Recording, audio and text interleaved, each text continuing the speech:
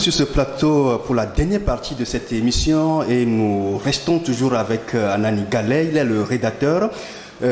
Ferdinand Haïté, il est le directeur de publication du journal Alternative et nous abordons cette dernière partie avec la chronique d'un retour empêché. Je vais parler de François Bokor qui était empêché de rentrer, c'était le 28 mars dernier. Faut-il parler d'un passager indésirable d'Air France ou d'un adversaire redoutable du pouvoir de Lomé? Oui, les deux, si on peut parler, parce que... Clairement. Oui, parce que on attendait la venue de François Bokor, mais jusqu'alors, il n'a pas encore foulé le sol togolais et il a été interdit d'embarquer sur le vol Air France. On ne sait pas si en temps Air France procède à des tris parmi ses passagers, mais avec le cas Bokor, on a même de dire que la compagnie ne procède pas à un contrôle aux faciès. Et maintenant, sur le volet pouvoir, et oui, c'est évident que le pouvoir ne voulait pas, ou bien ne voudrait pas que l'ancien ministre de l'Intérieur atterrisse au Togo, et il a tout fait pour contraindre François Bokor à rester en France. C'est dommage pour la démocratie en Afrique, c'est dommage. C'est vraiment dommage. Ferdinand, qu'est-ce qui s'est passé à la dernière minute? Parce que c'était rassurant que ce jeudi 28 mars, que François Bokor atterrisse. Qu'est-ce qui s'est passé à la dernière minute? Non, il s'est passé que le régime n'a pas voulu son retour. Comment? Oui, mais on a suivi tout ça, on a suivi les événements. Le régime a dit clairement à Air France de ne pas l'embarquer. S'il embarque, l'avion il n'y aura pas d'autorisation. Vous savez que les États ont ce pouvoir-là. C'est l'État qui autorise l'atterrissage et le décollage d'un aéronef. Et donc, ils ont utilisé de ce pouvoir-là pour mettre la pression sur Air France de ne pas l'embarquer. Je pense que c'est quelque chose de plus profond et complexe que ça. C'est vrai que cette histoire a suscité beaucoup de polémiques, beaucoup d'interprétations, beaucoup de commentaires, parfois élogieux, parfois désagréables. C'est la vie. Mais il faut comprendre l'enjeu qui est derrière toute cette histoire-là. L'enjeu, c'est le verrouillage du système de 2020 par Fogna Singé. Et on n'en est pas la première. On se souvient qu'en 2010, je crois, Yamnian a été empêché de rentrer au pays et de participer aux élections en sortant une affaire de sa naissance qui n'était pas conforme à quelque chose. Ensuite, il y a Alberto Olivio qui avait commencé par émerger. On sentait que le monsieur, il avait des réseaux qui pouvaient inquiéter. On a sorti une histoire je sais pas, d'actionnariat dans une société avec des gens qui étaient proches du régime. On a porté plainte et puis on a lancé un mandat d'arrêt contre lui pour qu'il ne rentre pas au pays. Et puis aujourd'hui, on est dans le cas François Bokor. Pour comprendre cette histoire-là, il faut d'abord maîtriser comment est-ce que le monsieur est parti en 2005 et pourquoi il rentre aujourd'hui. Moi, je le connais particulièrement, j'ai entendu beaucoup de choses, beaucoup de commentaires qui sont généralement des choses mensongères et faux. Et lui, il sait à quoi il jouait. Et c'est pas quand même quelqu'un qui est naïf. C'est quand même un officier, c'est pas quelqu'un qui est naïf. Il savait très bien que sur le chemin de retour, il devait avoir des obstacles. Et je ne sais pas si quelqu'un peut imaginer que dans les scénarios du retour de François Bokor, lui-même n'a pas prévu qu'on aurait pu l'empêcher de prendre l'avion. Parce que le régime, depuis qu'il a annoncé son retour, et qu'on agitait les menaces. On dit oui, il est déserteur, s'il rentre on va l'arrêter, il y aura la loi martiale. On dit oui, il a déjà même été condamné, s'il vient on l'envoie directement en prison. On dit oui, on a brandi des tas de menaces. Et lui-même, régulièrement, on envoyait des menaces sur son téléphone en disant oui, dès que tu rentres là, on te fusille, tout ça. On a monté des gens dans son village contre lui, des gens proches de lui, tout ça pour le dissuader de rentrer. Mais lorsqu'on a compris que le monsieur, il était déterminé à rentrer, on s'est dit, ah, là c'est sérieux, parce qu'au départ, on croyait que c'était de l'amusement, et on dit, mais si on l'arrête sur le territoire, ça peut provoquer autre chose, mais la meilleure façon de l'empêcher, c'est de dire de ne pas l'embarquer. Maintenant, pour le reste, de mon point de vue, c'est des Togolais, c'est des gens, c'est d'abord légitime pour lui de rentrer dans son pays, c'est légitime de participer aux jeux démocratiques dans son pays, et je ne pense pas que nous avons besoin des gens comme ça, parce que les Togolais, certains Togolais pensent que la lutte politique que nous menons est une lutte qui doit rester étanche et linéaire. On n'a pas besoin de celui-ci, on n'a pas besoin de celui-là, parce que. Il faut arrêter avec ça. Il faut arrêter avec ça parce que, comme je le disais à un ami il n'y a pas longtemps, j'ai démontré à la personne, il faut me dire sincèrement, si les Togolais qui luttent pour le changement peuvent venir à bout de ce régime ou peuvent se défaire de ce régime sans l'apport même des gens du régime. Il ne faut pas faire de la politique fiction. Il ne faut pas s'amuser, il ne faut pas vendre des illusions aux gens. Quand vous avez en face des régimes comme ça, qui ont duré, qui ont fait des années au pouvoir, à un moment donné, il faut composer avec des gens qui sont dans le régime et qui veulent que le régime parte. Parce qu'il y a aussi des gens qui sont otages du régime en étant dans le régime. Hier, je crois que les Soudanais sont en train d'appeler l'armée au secours. Oui. Et hier, il y a des affrontements entre l'armée et une milice du pouvoir. Et donc, on ne peut pas dire, oui, la lutte que nous menons, c'est pour amener des gens qui n'ont jamais rien fait avec le régime au pouvoir. On l'a fait avec Jirkis Olympio, moi-même j'étais militant. On a dit Jirkis Olympio, c'était l'homme providentiel pour le Togo, il est sans tâche, c'est lui seul qui peut nous aider, tous les autres leaders étaient des faux. Mais aujourd'hui, Jirkis, il est où? Il faut arrêter de la plaisanterie. Et donc je pense que quelqu'un comme Bokor a sa partition à jouer. Et moi, je suis de ceux qui pensent que nous avons besoin des gens comme Bokor, des gens comme Bojona, des gens comme d'autres personnes, toute personne qui se décide à lâcher Faure Gnassingbé pour que le système s'écroule, nous avons besoin d'eux. Donc, il y a quelque chose qui relève de l'inculture politique, c'est de dire que oui, quelqu'un, une fois fait le régime, on n'a plus besoin de lui. Vous savez, quand les alliés, moi j'ai fait des études d'histoire, quand des alliés avançaient sur Berlin, et que ce soit les Russes ou les alliés américains, mais il y avait des services secrets qui discutaient avec les généraux d'Hitler pour que certains puissent lâcher. Vous faites allusion à la Seconde Guerre mondiale. Oui, pour que certains puissent lâcher le régime d'Hitler, pour que le régime s'effondre. Personne n'a compris pourquoi au tribunal de Nuremberg, on n'a pas jugé tous les nazis. On a jugé juste le dernier clan qui a soutenu jusqu'au bout, jusque dans la mort Hitler. Les autres, on leur a même changé d'identité, on a organisé leur fuite en Amérique latine, fondamentalement en Argentine, où les gens ont pris d'autres noms. Et donc, je pense que si des gens veulent arriver à bout de ce régime-là, il faut qu'ils comprennent aujourd'hui que nous avons besoin de créer des passerelles, nous avons besoin, ils ont besoin de traiter avec des gens qui sont sincères et qui ont décidé de lâcher le régime. Sinon, le régime ne va pas s'écrouler. Oui, Anani, ce qu'il faut comprendre, ou bien ce qu'on peut se poser comme question, est-ce que au sein de la classe politique togolaise dans son ensemble, Bokor a des adversaires? Oui, parce que il y a un courant qui est dans l'opposition et qui distille que nous sommes sur le terrain.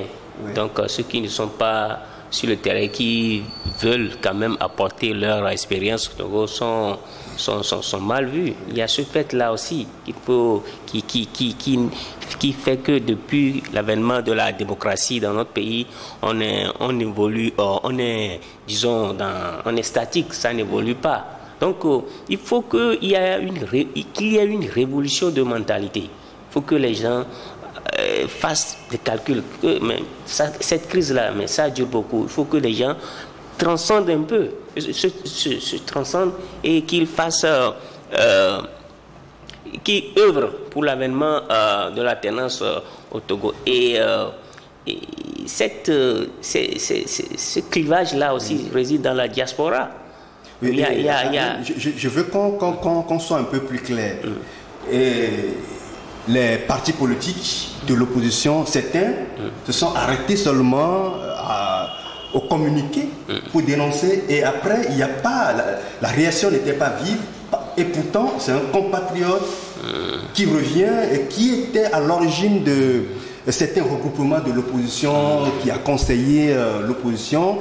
Comment se fait-il que son empêchement n'a pas suscité de tollé au sein de la classe politique de l'opposition particulièrement? Oui, c'est là qu'il faut se poser la question de savoir s'ils sont sincères dans leur publication.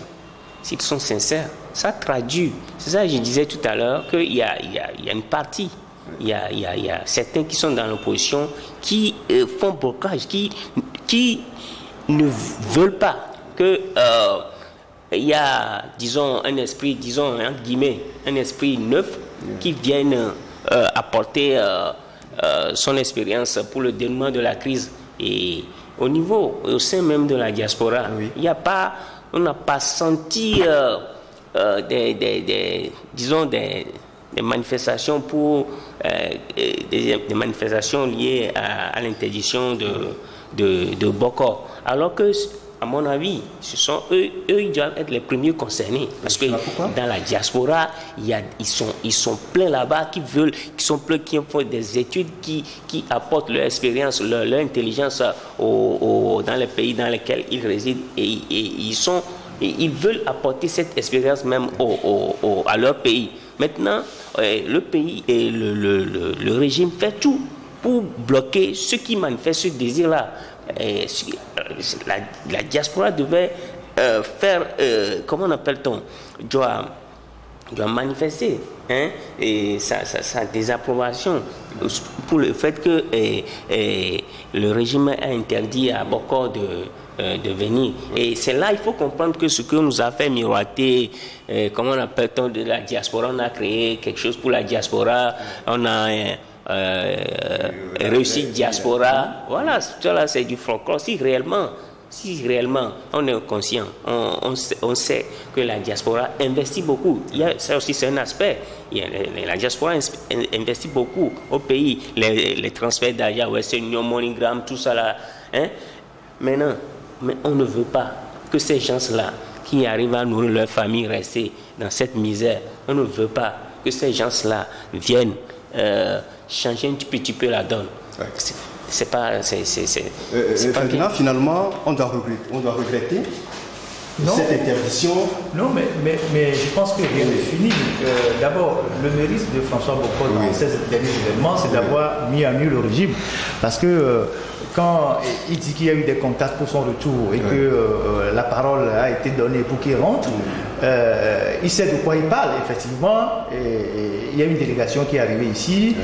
Avant même cette délégation, il y a le pouvoir qui avait fait des démarches en son endroit pour qu'il rentre au pays, mais il avait flairé un piège. Et c'était vrai en plus, parce que les gens allaient chez lui pour dire oui, il faut rentrer, il semble que ta mère est malade et tout ça.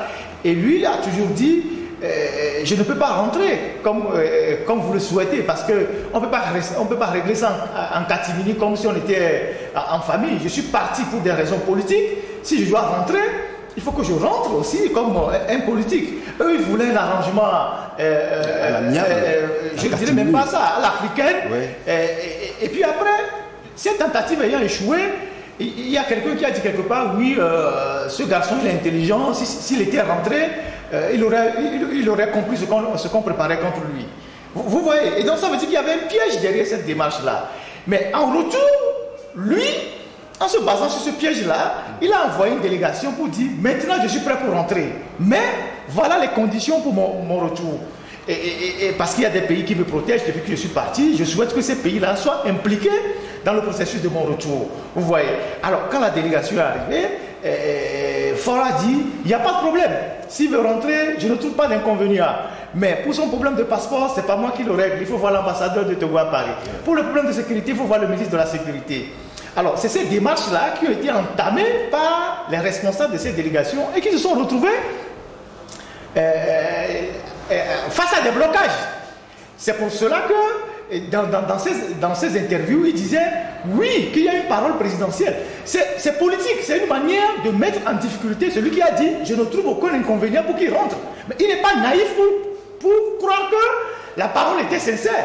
Mais on est sur un terrain politique. Il le dit pour mettre celui qui a donné sa parole en difficulté. Et donc, ces temps-ci, ce qu'il a fait d'extraordinaire, c'est d'avoir mis le régime en difficulté d'abord sur le plan médiatique. C'est ça qui a fait très mal. Le régime même a commis énormément d'erreurs avec cet incident de l'aéroport et tout ça. Et on a vu qu'il y avait une artillerie médiatique autour de François Bokor pendant 3 semaines. Il n'y a que de lui qu'on parlait. Même les jeunes qui ne savaient même pas de qui il s'agissait aujourd'hui, vous parlez à tout le monde, on dit ah François Bokor, tout le monde le connaît. Ça c'est la première étape. La deuxième étape c'est que il a mis en difficulté le régime au moment où le régime tentait de dire à l'opinion internationale que le Togo a retrouvé une normalité avec le PND, on cherchait des partenaires et tout ça, et en quelques jours tout ça a été foutu en l'air. Maintenant, sur la réaction des hommes politiques ou de la classe politique, vous savez, le Togo, ce qui nous caractérise au Togo, c'est l'hypocrisie. C'est-à-dire que nous sommes tellement hypocrites au Togo que parfois la lutte pour le changement va prendre du temps. Quand je parle de quelqu'un comme François Bokor, généralement je parle aussi par exemple de Pascal Bodjouna, c'est des gens qui ont fait le régime. Et vous venez de souligner que François Bokor a travaillé avec beaucoup de leaders de l'opposition, beaucoup l'appellent, il leur donne des conseils parfois et tout ça. Mais c'est la même chose pour Pascal Bodjouna. Vous allez chez Pascal Bodjouna, vous voyez certains opposants, même dans sa cuisine en train de préparer. Et pendant le dialogue inter-togolais, Pascal Bodjouna était tout le temps avec des responsables des partis que vous ne pouvez pas imaginer, en train de leur donner des astuces, des idées. Mais le même Pascal Bodjouna, si demain, il dit, moi-même j'ai de l'ambition, je vais participer aux Jeux démocratiques, les mêmes opposants vont dire, ah il a fait le régime, il est d'une ethnie, il a fait ceci, ils vont lui sortir des casseroles, ils vont dire, on ne veut pas de lui, parce qu'il a dit qu'il va participer aux Jeux démocratiques. Mais, en sourdine, loin des regards, ils sont avec lui, ils sont dans sa cuisine, ils mangent avec lui. C'est ça l'hypocrisie togolaise. Aujourd'hui, si le régime Faure Gnassingbé ou le régime de Gnassingbé arrive à diminuer, à maîtriser ce pays-là, c'est dû en partie à cette hypocrisie-là. Nous sommes en train de faire une étude actuellement à l'alternative, qu'on va publier récemment et qu'on va publier bientôt. C'est d'abord de répertorier un peu les alliances que les Gnassingbé ont fait avec certaines familles au Togo, du sud jusqu'au nord. Je parle des alliances de familles, ils ont pris des épouses, tout ça. Certains généraux, certains barons qui sont leurs femmes, qui sont leurs enfants. Et aujourd'hui, Faure Gnassingbé, qui sont ces femmes, qui sont ces maîtresses, qui sont ces enfants. Vous allez constater que dans toutes les grandes familles dans lesquelles vous trouvez des grands opposants, les Gnassingbé ont un enfant dedans. Du coup, pour combattre, ça devient difficile pour nous. C'est la logique du roi Salomon. Je ne sais pas ceux qui connaissent la Bible. Comment est-ce qu'il a pu, je ne sais pas, noyauter tous les tribus et les clans qui pouvaient lui faire la guerre. Et au point qu'aujourd'hui, au point qu'il les a affaiblis. Nous sommes dans cette même logique aujourd'hui. Pourquoi je le dis? Je le dis parce que ces familles, lorsqu'on va faire la cartographie, on va mettre les noms sur les visages. Les gens seront surpris. Le jour où vous êtes quelque part et que vous dites, ah, nous voulons faire quelque chose pour déstabiliser le régime, ce sont les mêmes qui iront dire au régime que, ah, j'ai écouté quelque part dans une réunion qu'on veut venir te déstabiliser. Ou ces familles-là profitent aussi du régime. S'il y a des funérailles, on envoie l'argent, tout le monde profite. Quand il y a les fêtes, on envoie les caisses de champagne, tout le monde profite. Quand il y a, comment je peux appeler ça, des passe-droits ou des choses qu'il faut faire, on appelle leur nièce, on dit oui, est-ce que tu peux voir ton mari pour nous? On a un dossier qui est bloqué comme ça. Et tout ça aujourd'hui empêche les Togolais de lutter contre le régime parce que le régime est rentré dans toutes les familles. Alors nous devons aller au-delà de cette hypocrisie-là et se dire que si on continue comme ça, à dire oui, tel est du régime, on ne veut pas de lui, alors que le régime a des enfants dans nos familles, on ne va pas arriver au bout de la lutte. Donc pour moi, je pense que les 50 ans ou les 52 ans de la dictature ont tellement laminé les cerveaux, ont émasculé les mentalités que les Togolais ont perdu ce qu'on appelle même la politique. Aujourd'hui, ceux qui font la politique, ce n'est plus l'élite. Parce que la politique, c'est une science. Et comme toute science, c'est la connaissance. Mais aujourd'hui, ceux qui ont pris en otage le débat politique, c'est les apprentis mécaniciens, c'est les apprentis chauffeurs, c'est eux qui guident les hommes politiques. C'est malheureux pour notre pays. Et tant qu'on restera comme ça, on ne va pas évoluer. Quand vous prenez la Côte d'Ivoire aujourd'hui, vous voyez le chamboulement sur la scène politique. Ah ouais. C'est ça la politique. Les gens étaient des amis hier, aujourd'hui, ils se sont séparés. Chacun renoue son alliance pour avancer. Même Ouattara envoie des gens à Gbagbo. C'est ça la politique. Mais on ne peut pas faire la politique et dire que le phénomène va être étanche. Tant que ce n'est pas comme ça, on ne va pas évoluer. Aujourd'hui, quand vous voyez le Togo, vous prenez le Togo, vous voyez l'opposition est faible. L'opposition est faible financièrement. L'opposition a la population, mais elle est faible financièrement. Elle est tellement faible financièrement qu'elle n'a pas les moyens financiers de faire face à cette lutte-là. C'est pour ça que les gens sont empêtrés dans les affaires de 30 millions. C'est pour ça, pour affaiblir l'opposition, qu'on a brûlé les marchés, vous le savez. C'est pour affaiblir l'opposition qu'on a fait les redressements fiscaux à certains hommes d'affaires, comme je suis proche de l'opposition. Donc chaque jour que nous avançons, le régime essaie de désargenter l'opposition. Nous-mêmes, les journalistes, nous sommes victimes. Oui. Aujourd'hui, quels sont les journaux engagés qui tiennent encore? Beaucoup ont fermé leurs portes. Peut-être nous-mêmes, peut-être on va fermer. Mais quand on va continuer comme ça, on n'ira nulle part. Alors, il faut qu'on fasse aujourd'hui preuve d'intelligence, de subtilité. S'il y a des gens qui sont dans le régime, qui sont prêts aujourd'hui à lâcher ce régime-là, pour que le Togo puisse avancer, il faut qu'on saisisse l'occasion. Donc moi je pense que c'est ce débat-là qui nous manque, c'est cette culture politique-là qui nous manque, et nous attendons le Messie. Peut-être que l'ange Gabriel ou l'ange Michel va descendre un jour et va chasser Fon Yassimbe ou les Yassimbe du pouvoir, et on va balayer tout, et on va remettre de nouvelles personnes à la tête du pays. Peut-être on attendra le retour de Jésus. Anani, on a l'impression qu'il y a une confiscation de la lutte politique, mais seulement voilà que l'opposition qui est sur le terrain a montré ses limites avec les derniers événements de la C14. Mais on se demande d'où viendra le secours. Oui, le secours, peut-être que le secours est là. L'Éternel? Non, pas l'Éternel a dit que de monter la charge sur les épaules, il va monter sur la tête. Donc, le secours est peut-être là, quelque part. Peut-être qu'il analyse les faits qui se passent avec la dernière actualité avec François Bokor. Peut-être, bon, ce que veut dire, on va continuer, les populations, on continue, comment dirais-je, c'est d'appeler la population à ne pas se laisser à la lassitude, de continuer. Un jour, ça va venir, parce que c'est un travail de fourmi, et ça va payer, Ferdinand, pour terminer, est-ce que le retour de Bokor est d'actualité, est toujours d'actualité? Oui, c'est toujours d'actualité. Je ne pense pas qu'il est abandonné. Je pense que maintenant il faut compter avec lui. Quelqu'un me demandait il n'y a pas longtemps quel est son plan B. Je dis mais quand il faisait le plan A, est-ce que vous avez averti? Il faut le laisser dérouler son plan. Les gens disent oui, pourquoi il a tellement communiqué sur son retour, c'est ça qui lui a créé des ennuis. Même s'il n'avait pas communiqué, ça lui créerait des ennuis. La meilleure parade, c'est contre une dictature, c'est le bruit. Vous vous souvenez, il y a 1 an et demi, quand je devais rentrer des États-Unis, il y avait tout un dispositif pour m'arrêter à l'aéroport. Mais c'est depuis les départements d'État qu'on m'a dit, il faut médiatiser ça. Il faut médiatiser, et il faut faire du boucan, il faut mobiliser les gens, et c'est ce qu'on a fait. Et quand je suis arrivé à l'aéroport, le plan d'arrestation a changé. Et vous savez que dans le rapport de nos amis de Nouveau qui ont été arrêtés, gardés pendant longtemps à la prison, il y a eu un passage qui m'était consacré. On a dit oui, que j'appelais à l'incitation à la violence et puis au soulèvement, c'est pour ça qu'on voulait m'arrêter, tout ça. Et donc, s'il n'y avait pas eu ce boucan autour de la chose, peut-être que j'aurais passé quelques jours en prison. Et donc, le crime se nourrit du silence.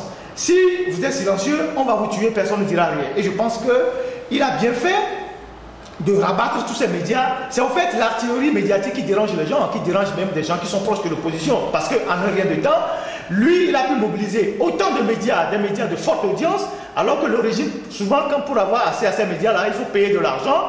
Et les gens dans l'opposition aussi avaient des difficultés à parler sur ces médias-là. Ça, c'est son mérite, il faut le lui reconnaître. Maintenant, pour l'ensemble de notre pays, il faut arrêter de faire de la politique fiction, de vendre des illusions aux gens.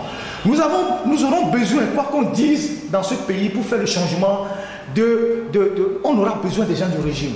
Du moins des gens dans le régime qui veulent se libérer du régime. Ça se passe dans tous les pays au monde comme ça. Mais faire croire aux populations qu'un matin on va se lever et que les choses vont s'écrouler d'eux-mêmes.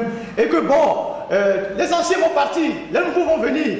Il faut arrêter de faire des illusions. Vous savez que nous sommes à la deuxième génération du règne de Gnassingbé. On dit Forêt président, il a suicidé à son père. On voit bien que tous les barons qui étaient autour de Yadema, leurs enfants sont autour de Forêt Gnassingbé. Les civils, je parle des civils. Oui. Mais personne ne parle des barons, les enfants des officiers militaires. Parce qu'eux ne sont pas médiatisés. Quand vous faites une étude de nos casernes, vous demandez qui tiennent les casernes, vous verrez que c'est les officiers aujourd'hui, leurs papas étaient des officiers autour de Yadema.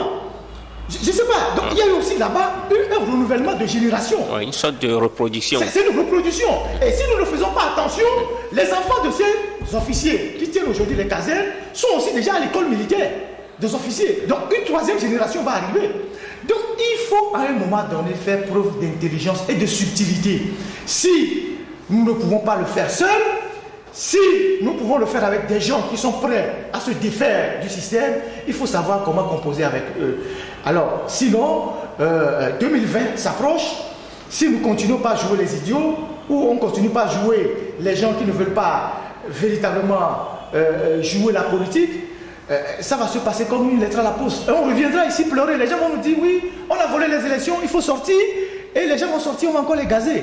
Nous aurons besoin dans ce pays de l'armée pour se défaire du régime. D'une manière ou d'une autre. Parce que dans tous les pays où il y a ces genres de mouvements, comme en Algérie, comme au Soudan, l'armée reste le dernier arbitre. Et arrêtons de faire de la politique fiction, de semer dans l'opinion des idées ou des incantations dont nous n'avons pas les moyens. Le problème du Togo, c'est que pendant longtemps, on n'a pas fait la politique. On n'a pas fait la politique à cause du système politique Gnassingbé qui a écrasé les mentalités, qui a, je ne sais pas, qui a essayé de tirer les gens vers le bas. Au point que la masse, ceux qui doivent vraiment guider la masse, il y a encore un travail à faire. Et donc moi je pense qu'il n'y a pas lieu de désespérer. Essayons d'encourager tous les acteurs politiques de l'opposition. Nous sommes des journalistes engagés, quels qu'ils soient, que chacun prenne ses initiatives, mais qu'on sache qu'on ne fera rien sans l'unité.